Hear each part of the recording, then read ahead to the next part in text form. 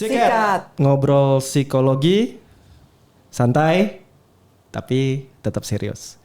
Sikat, episode ini kita membahas sesuatu yang menarik. Sutradara kita akhirnya berubah, sudah nggak cabul-cabul lagi. Biasanya topiknya cabul di belakangan. Pelangi. Loh, dibahas. Bukan, ini tentang sesuatu yang ditakutin sama para bapak-bapak dan konon katanya para kaum jantan merinding dengar topik ini. Wih, mengerikan. Para kaum jantan merinding kalian. Kenapa?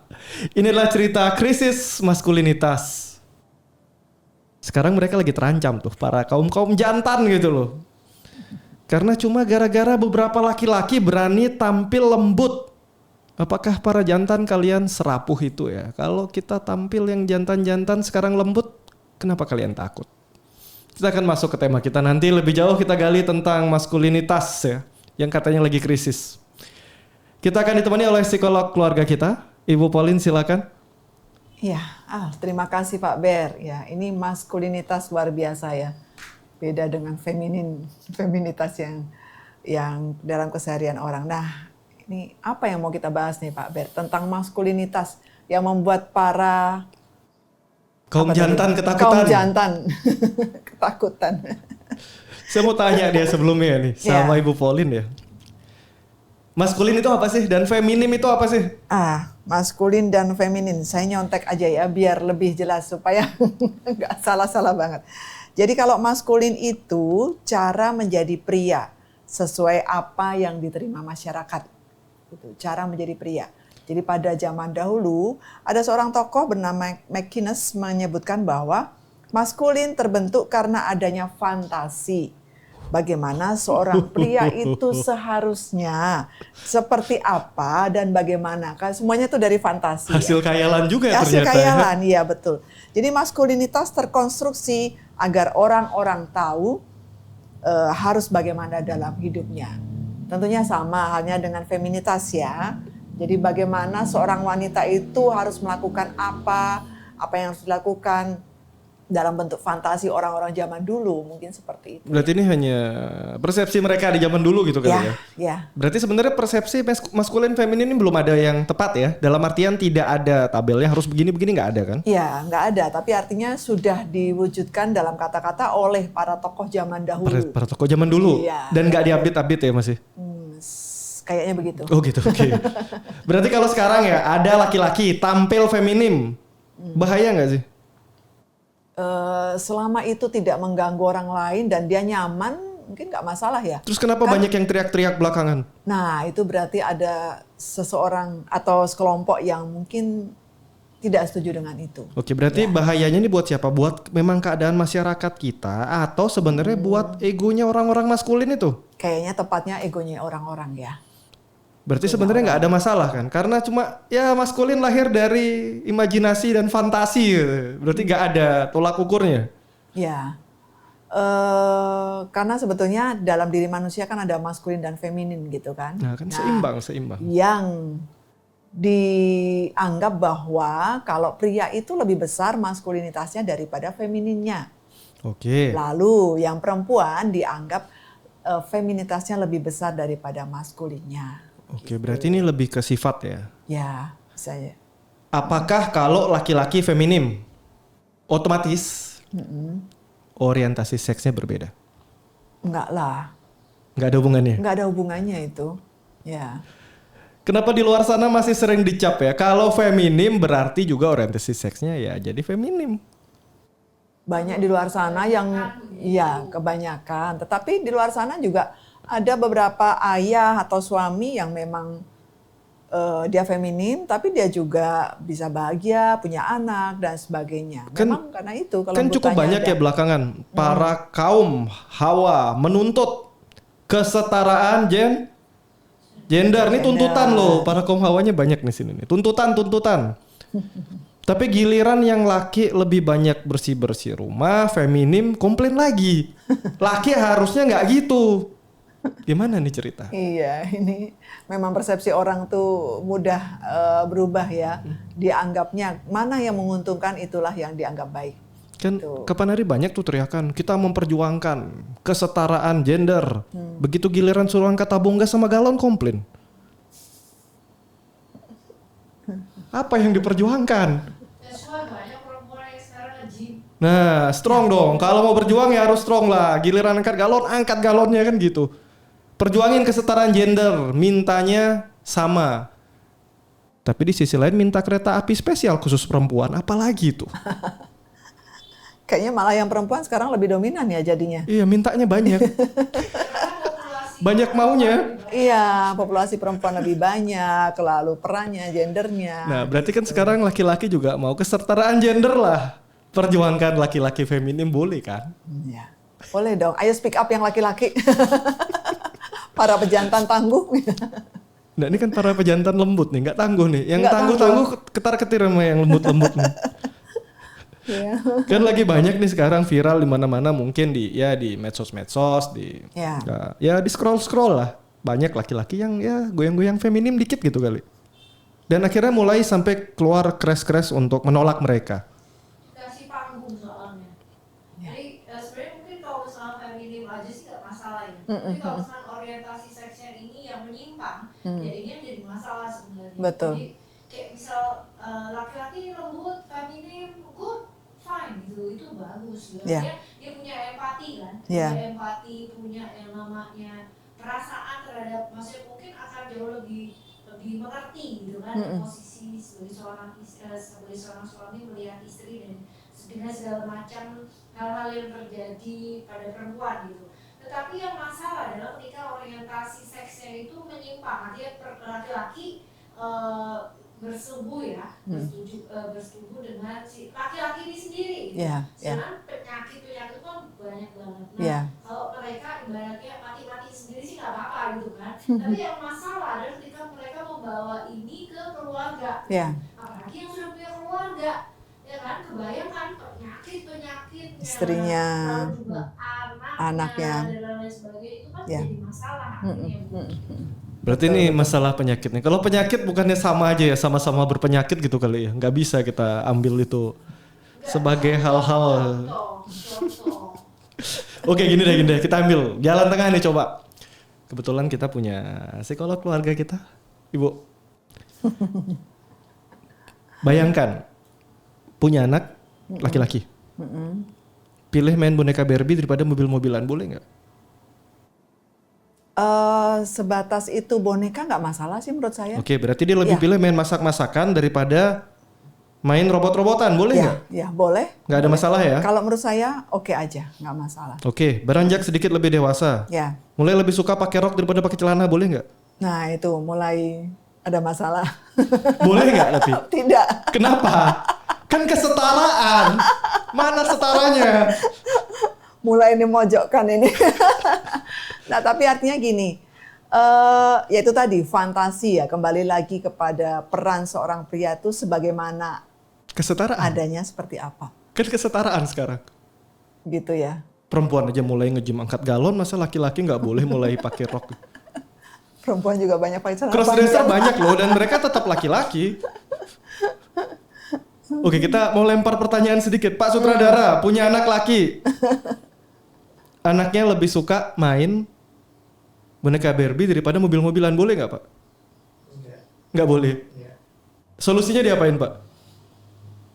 Solusinya wajib militer. Wajib militer. Wah, ini solusi lagi bagus belakangan yang kirim barak militer bisa jadi solusi. Tapi sebenarnya mereka ini nggak salah kan? Selama orientasi seks mereka tidak berubah gitu kan? Ya. Kalau berubah jadi salah nggak? Salah sih. Kenapa? Berapa negara menghormati loh mengizinkan gender ini? Kenapa? Ya gimana ya? Secara psikologinya deh salah nggak? Perannya, Kalau secara aturan hukum kan kita nggak bisa ya. Tiap negara punya betul. aturannya. Tapi secara psikologinya sebenarnya boleh nggak sih? ya secara psikologi itu laki-laki itu disebut sebagai orang yang jantan, yang tangguh, yang melindungi seperti itu kan.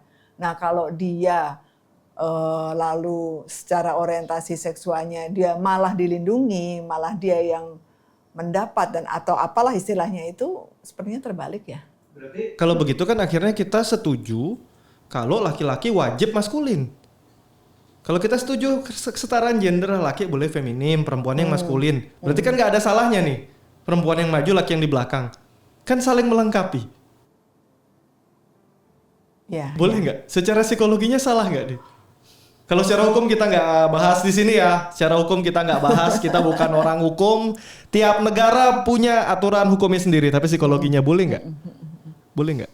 Satunya laki feminim, satunya laki maskulin. Boleh nggak? Kan saling melengkapi.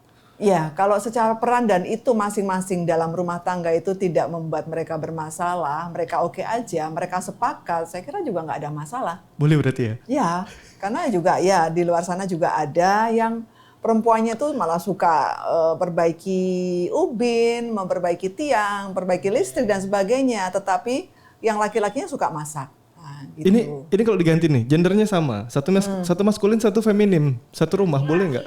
Laki semua. Topik kita laki semua nih. Boleh nggak? Satu feminim, satu maskulin. Secara psikologinya bukan secara hukumnya, boleh nggak? Kalau saya enggak sih. Kenapa? Kenapa tidak? Kenapa ya? Ya dari sononya saya merasa itu bukan mereka gitu loh. Oke. Iya. Apa yang dilanggar? Gendernya kali ya. Gendernya. Uh-uh. Kalau kita lihat, ini kita coba tengahi sedikit ya. Tadi secara feminim maskulin nggak ada masalah. Aku tukar-tukar boleh selama gendernya ya saling ngelengkapin ya.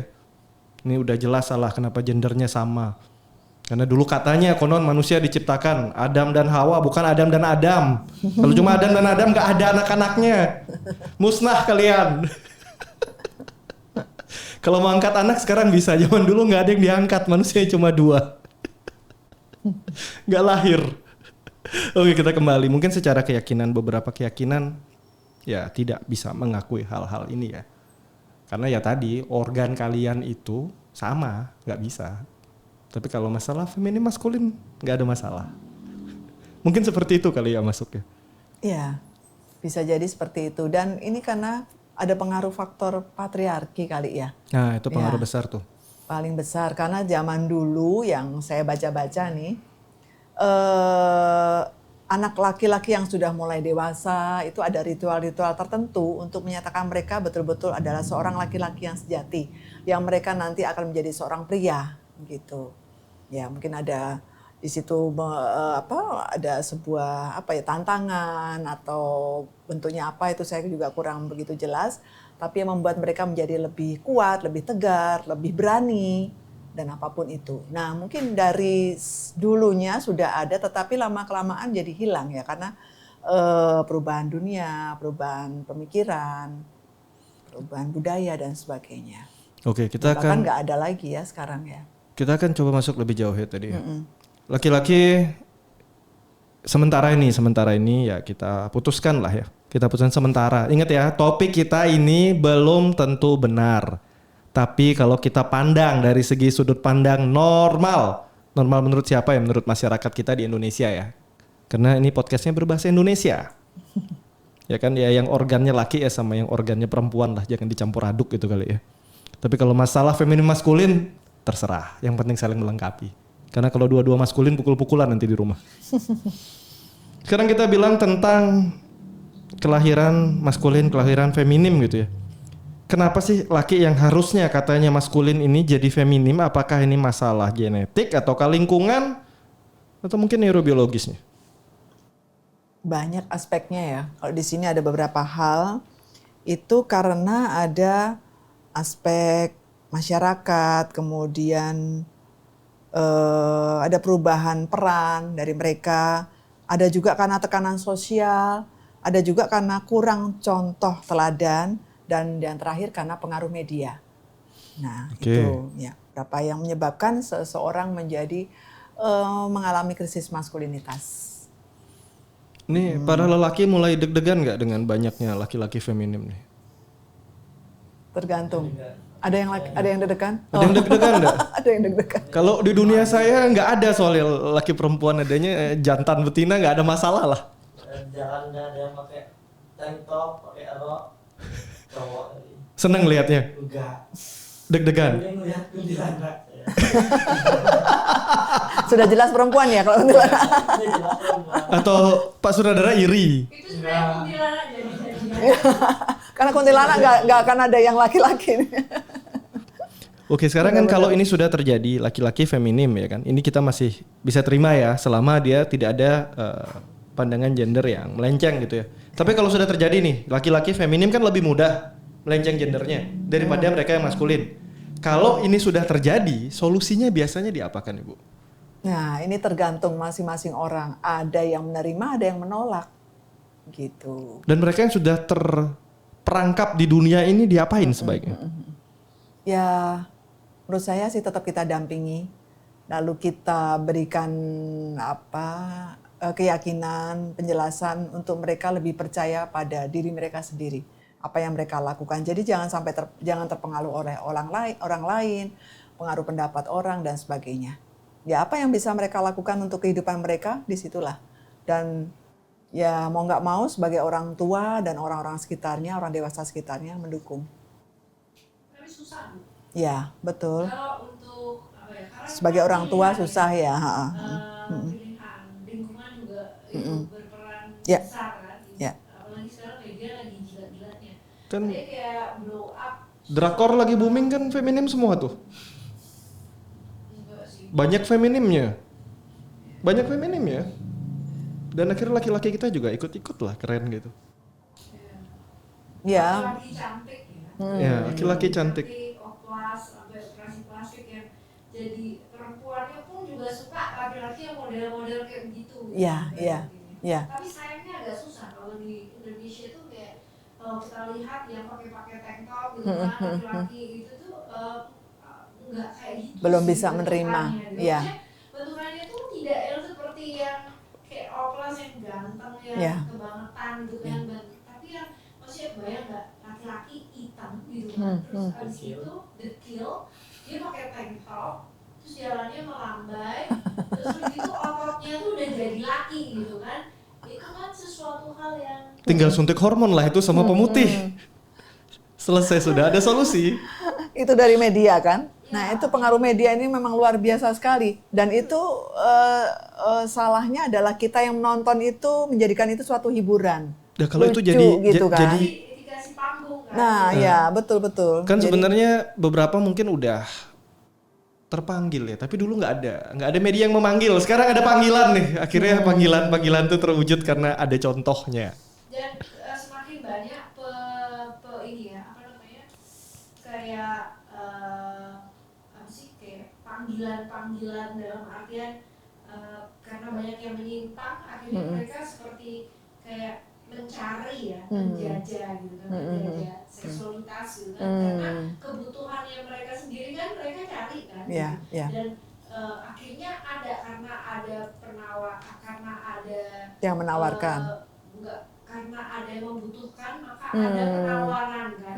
Nah seperti ini kayak misal ini tuh seperti menular gak sih kayak gini ini menular gak sih karena kan sekali terjun ke sana tahu mungkin secara ekonomi mungkin pas-pasan lalu juga orang-orang yang mungkin mereka mapan lalu memberikan tempat yang layak lalu pekerjaan yang layak apalagi kalau misalkan kita lihat yang diberi panggung ini kebanyakan laki-lakinya tinggalnya mereka di luar negeri di mana hal-hal tersebut mungkin secara undang-undang disahkan dan boleh dan boleh dan secara kalau misalkan dilihat ekonomi mereka jadi melejit banget jadi semua tuh bisa jadi ngapa-ngapain belanja dan sebagainya tuh bisa gitu. Nah itu akhirnya memberikan kayak semacam brainwash ke orang-orang yang tadinya mungkin tidak sakit ya akhirnya jadi ternyata enak ya bisa jadi mata pencaharian pada akhirnya gitu. Mata pencahar. Itu bisa kayak gitu Iya. salah satu itu enggak semua ada juga yang menyimpang secara seksualitas karena mungkin ada trauma di masa kecil ya atau secara inner child dan sebagainya juga dia luka dan sebagainya itu juga ada tapi itu menurut saya tidak menjadikan suatu apa ya kayak pembelaan diri bahwa aku kayak begini karena begini nih di masa laluku gitu karena kita udah gede gitu kan secara dewasa secara logika kalau logikanya jalan ya masalahnya kan kalau kayak gini kita bicara dengan orang yang logikanya tidak jalan nih dan semua benar Ya. Oke, kalau kita cari nih ya asal muasalnya ya, yang bikin ini jadi banyak, yang salah siapa? Kita lagi cari yang disalahkan nih, paling enak nyari yang disalahin. Biar kita nggak salah. Yang salah siapa? Ada semua bertanggung jawab. Anak nggak ngerti apa-apa, sejak kecil disodorin handphone, tablet, tontonannya begituan, salah siapa? Masa anak kecil-kecil bisa langsung buka handphone gitu? Yang nyodorin siapa handphonenya? Yang nyodorin media siapa? Orang tuanya lah. Misalnya orang tua nih, sepakat nih. Sepakat nih, paling enak nyalain orang tua. Paling gampang. Dek, nak, berhenti tuh scroll-scroll. Jangan main layar terus. Tapi ngomong sambil nonton film Korea orang tuanya. Sama aja. Ya sama seperti yang disampaikan tadi kan sebetulnya awalnya orang konten-konten ya. Memenuhi konten mungkin dengan hiburan dan segala macam dari orang yang wah kelihatannya berotot tetapi ternyata waktu dia main olahraga segala macam menjadi gemulai semua. Nah, itu sebetulnya kalau saya pikir malah orang yang betul-betul tidak punya luka waktu zaman kecil atau apapun itu justru dari orang-orang normal kan ya. Awalnya mungkin gitu. Nah, lalu mereka iya, justru itu. Nah, tetapi orang yang beneran sakit malah nggak mungkin mereka akan publish kayak gitu ya. Gitu sih menurut saya. Jadi kalau kita mau koreksi hal-hal ini dari mana nih koreksinya? Perlu nggak para orang tua itu mulai nonton drama-dramanya dan mulai nonton video-video psikologi lah tentang anak? Sangat perlu menurut saya. Tapi kenyataannya para orang tua nontonnya apa sekarang? Drama. Drakor. Drama.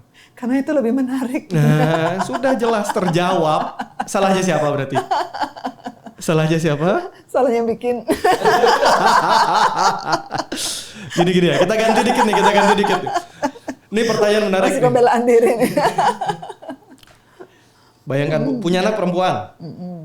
Anaknya atlet panjat tebing, bangga nggak? Bangga. Punya anak laki-laki, Hmm. ya kan? Anaknya pinter, ngerias pengantin, bangga nggak? Kalau saya bangga. Kalau saya Anaknya bangga. model, Hmm. lembut gitu, bangga nggak? Modelnya oke. Lembut. Lembutnya enggak. Ini kan mulai kita jadi nggak kesetaraan gender nih. Dari kita yang mesti diperbaiki juga. Perempuan panjat tebing maskulin kita puji-puji, laki melambai nggak kita puji. Berarti kitanya udah mulai sebenarnya ya ini ya Pola membeda-bedakan pikir kita ya. Pola pikir kita harus kita masing-masing ganti nih, mungkin. ya. Ya kan? Sebenarnya ya para orang tua ini sebenarnya kepingin memperbaiki maskulin feminim anaknya atau cuma karena malu kalau lagi kumpul-kumpul anaknya feminim? Atau benar-benar niat memperbaiki? Ini kebanyakan ya kita lihat ya. Kan saya banyak kalau lihat amatin di luaran sana ya, banyak orang tua, para bapak-bapak, ibu-ibu yang malu lihat anaknya kalau feminim, ternyata bukan karena ingin perbaiki feminim maskulin anaknya, tapi karena nggak mau dilihat orang seperti itu. Berarti yang kita ganti sudut pandang kita dong, kalau perempuan panjat tebing boleh, kenapa laki jadi model melambai nggak boleh? Iya. Kan jadi nggak adil kita. Berarti udah nggak setara ya. Udah nggak setara. Udah melebihi ya. Iya, kalau kita lihat anak orang mungkin kita bisa bilang, ya netral. Bayangkan kalau itu anak kita sendiri, bisa nggak kita terima? Ya, oke. Pak Sutradara gimana Pak? Kalau anaknya perempuan panjat tebing boleh Pak? Boleh. Kalau laki, Enggak boleh. kenapa? Kalian lagi-lagi nggak adil nih. Wah, gawat nih saya. Senang indah. Aku tuh loncat indah. Tapi laki-laki. Saya merasa dikelilingi Laki-laki, orang-orang ya, tidak ya, adil ya. hari ini. Iya, iya. Padahal saya sudah berusaha seadil mungkin. Nih. Karena kalau di dunia kehewanan itu mau maskulin, feminim, gender nggak berubah. Sama aja ya. Iya, masih tetap yang betina cari jantan, jantan cari betina, nggak ada masalah feminim maskulin, nggak ada itu. Lebih Berarti mudah kalau- berpikir menjadi binatang ya. Nggak perlu banyak-banyak. Lagi-lagi. Ayo Pak Saudara kita mau jadi apa? Pilih binatangnya. Jadi kalau ekspresi gender ini akhirnya mulai menyimpang gitu ya. Tadi kan kita udah ketemu salahnya siapa Ya. ya? Salahnya yang nyodorin video-video yang gendernya mulai enggak inilah karena anak kecil Ya. kan kayak kertas kosong dia cuma rekam. Betul. Jadi para bapak, ibu di rumah tolong kurangi screen-nya anaknya. Dengan cara apa? Kalian juga kurangi screen kalian. Jangan meminta tapi tidak bisa kasih contoh. Kalau masih seperti itu berarti belum layak jadi orang Tua, jangan cepat-cepat punya anak. Child free kan lagi booming tuh, bagus tuh. Child free booming, kapan kita angkat? Mereka masih pingin bebas menjadi anak-anak juga kali. Ya. Lebih bagus daripada jadi orang tua sibuk nggak nonton, anaknya nggak diurus. Mendingan child free lah, bebas. Kan KP udah ada tuh.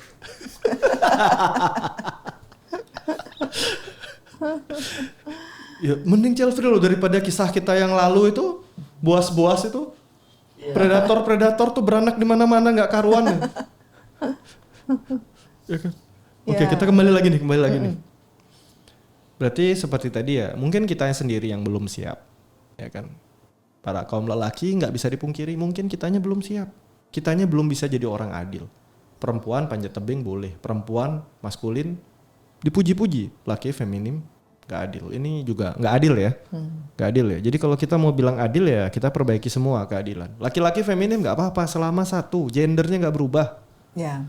Kalau udah mulai gendernya mulai tabrak-tabrakan itu, nah ini mulai mungkin butuh dikoreksi. Ya. Koreksinya apa? Dari pendidikan sejak dini lah. Video-videonya dikurangin, nonton yang aneh-aneh. Sekarang kan sudah berkembang dan sudah terbukti negara kita belum sanggup memfilter ini. Ini terbukti jelas. Kemampuan filter negara kita, teknologi yang katanya miliar sampai triliun tuh mungkin gak nyentuh ujung kuku tuh perubahannya. Salahnya siapa nih? Yang ini saya gak berani komentar. Salahnya sutradara. Yang ini saya gak berani komentar. Karena harga-harga program buatan negara kita fantastis. Dengan hasilnya lebih fantastis sutradara programmer kali ya. Cuman gini Pak Ber, kalau feminin tapi dia orangnya tegas kan bagus juga itu ya. Lo feminin belum tentu nggak tegas, Ya. cuma lembut aja. Lemah lembut aja, ya. Saya sendiri Lemah jantan lembut. tapi feminim.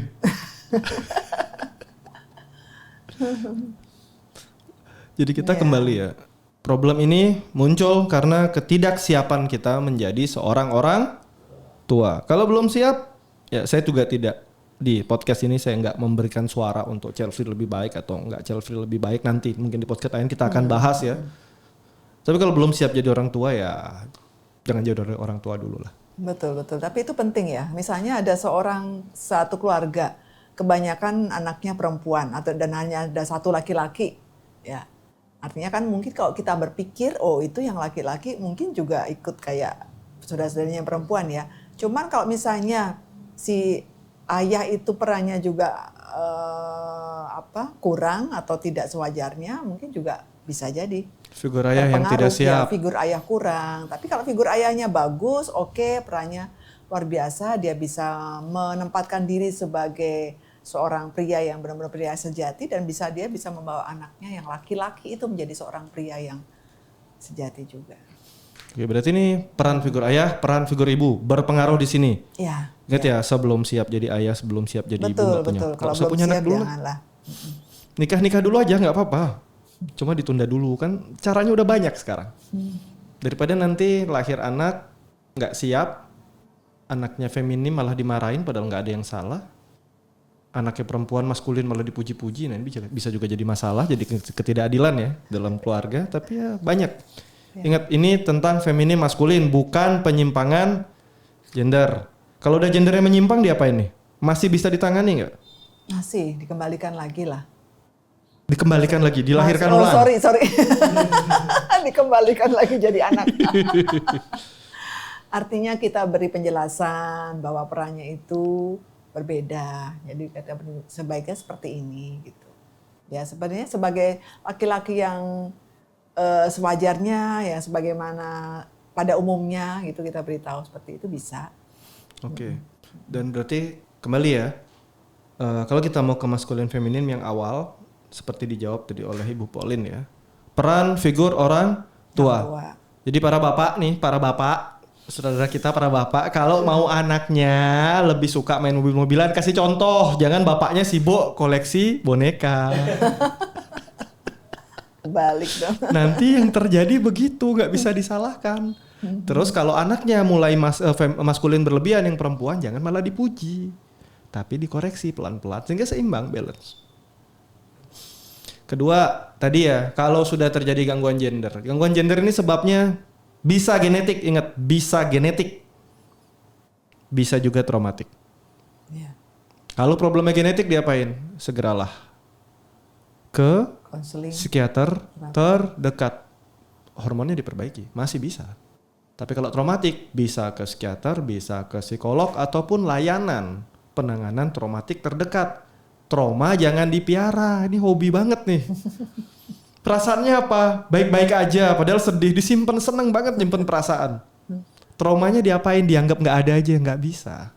Dilestarikan. Trauma jangan dilestarikan, diselesaikan. Dan jangan bangga bawa trauma banyak ya. Ini belakangan banyak banget saya juga lihat scrolling ya. Bangga banget NPD, bangga banget punya gangguan emosi. Jangan dilestarikan. Itu bukan kebanggaan, tuh malu-maluin. Ya. Diperbaiki. Psikolog banyak kok, psikiater banyak. Perbaikilah. Ya kan itu kayak kalian punya hal-hal yang kurang tepat dalam diri tapi malah dipamer-pamerin. Apa memang lagi zaman pamer kali ya? Pamer kalau nggak benar gitu makin banyak yang ketawa itu makin sukses kali mungkin. Yang penting viral, Pak. Yang penting viral. Nah, yang penting terkenal. Udah. Gawat sekali ini dunia. Oke. Kan ada ini, ingin ada pengakuan. Nah ini ya. Validasi. ini kita juga andil ya, para netizen kita juga andil kadang-kadang ya. Ngelihat mereka yang gangguan-gangguan itu malah dikasih panggung ya. Tinggallah panggung mereka biar mereka benar. Kadang yang nggak gangguan pura-pura gangguan buat apa? Halu lah dikit biar apa dapat panggung. Biar terkenal banyak. Ya kan? Karena mereka benar-benar gangguan, mereka cari cara perbaiki diri, mereka capek. Ya kan? Dan nggak semudah itu lihat tes online terus tahu kamu punya gangguan emosi, nggak sesederhana itu. Kalau sesederhana itu orang nggak sekolah lama-lama jadi psikolog. Ya kan? Orang nggak sekolah lama-lama betul karena dari perilaku yang terlihat dengan alat tes yang tepat seperti kemarin ingat alat tes waktu untuk masalah dokter ya. Ya yang dokter itu alat tesnya tentang apa? Psikopat ya? Yes. Itu pun alat tesnya kalau yang ngetes tidak berpengalaman akurasinya sekitar 40%. Kalau dites oleh psikolog berpengalaman dengan kondisi setting yang tepat, akurasinya bisa nyampe 80-90% ya waktu itu. Kebayang kalian tes NPD pakai tes online, wah aku NPD bangga itu, aduh pusing. Sudah alat tesnya nggak akurat, bangga lagi. Banyak. Aduh, sampai batuk-batuk nih saya. Nah, kan? Nanti kalau butuh tes-tes ini silahkan hubungi Ibu Pauline terdekat bisa. Tes kadar feminim bisa nggak ya?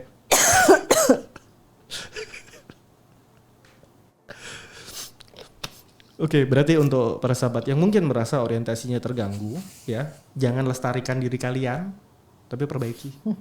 Cukup. Sudah cukup rumit. Gender 2 aja rumit di sini, jangan ditambah jadi banyak lah. Mau jadi apa? Harus ada pengendalian diri nih kayaknya. Harus ada kesadaran diri, nggak sadar-sadar. Kesadaran diri, iya. Ya. Tapi boleh juga dong yang viral-viral itu harus ada orang yang berani speak up kali ya. Itu kemarin kirimlah barak militer bagus kali. Ini nggak boleh nih yang kayak gini ya. Itu kan.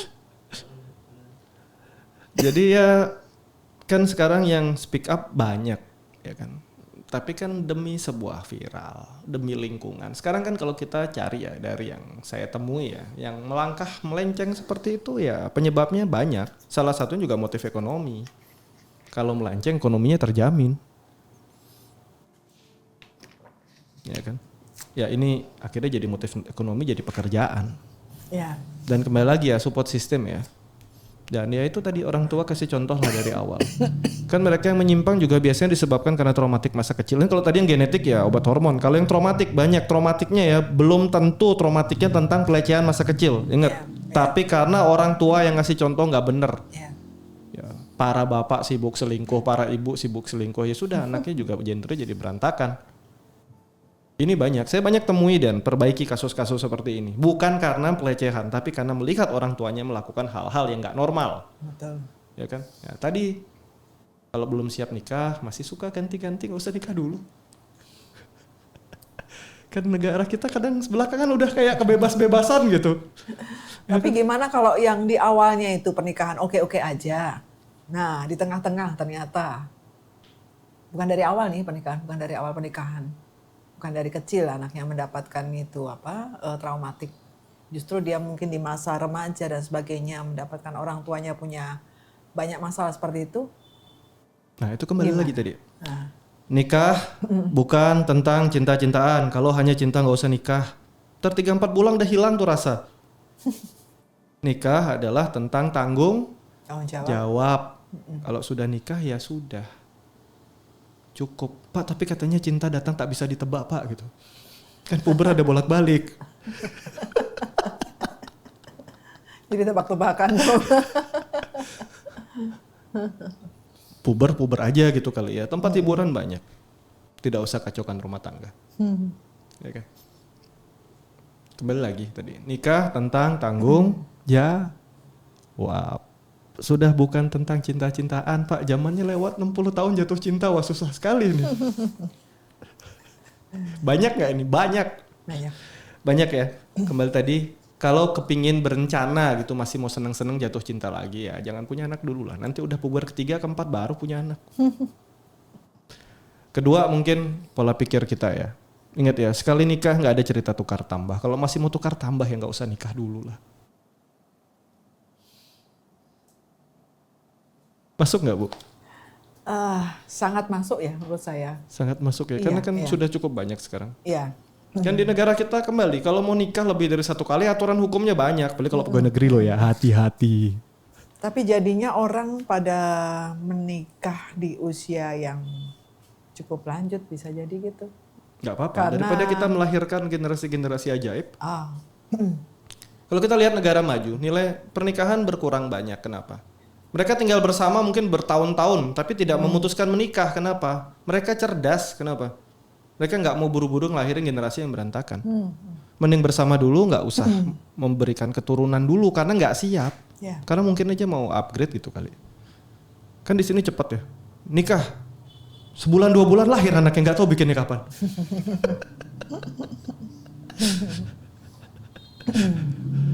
Sudah gitu tiba-tiba anaknya banyak lagi. Aduh. Beda-beda. Kalau di hutan sini anak lahir pluk itu besar sendiri nggak usah diurus. Nggak, masalahnya sekali melahirkan brojol banyak gitu kan. Jadinya nggak berkali-kali. Nggak berkali-kali. Langsung lahir banyak gitu Langsung lahir banyak. Oke, kita kembali ke topik kita ya tadi. Tentang tanggung jawab lah, kesiapan kita ya. Ini kenapa di negara maju akhirnya kan sekarang krisis keturunan.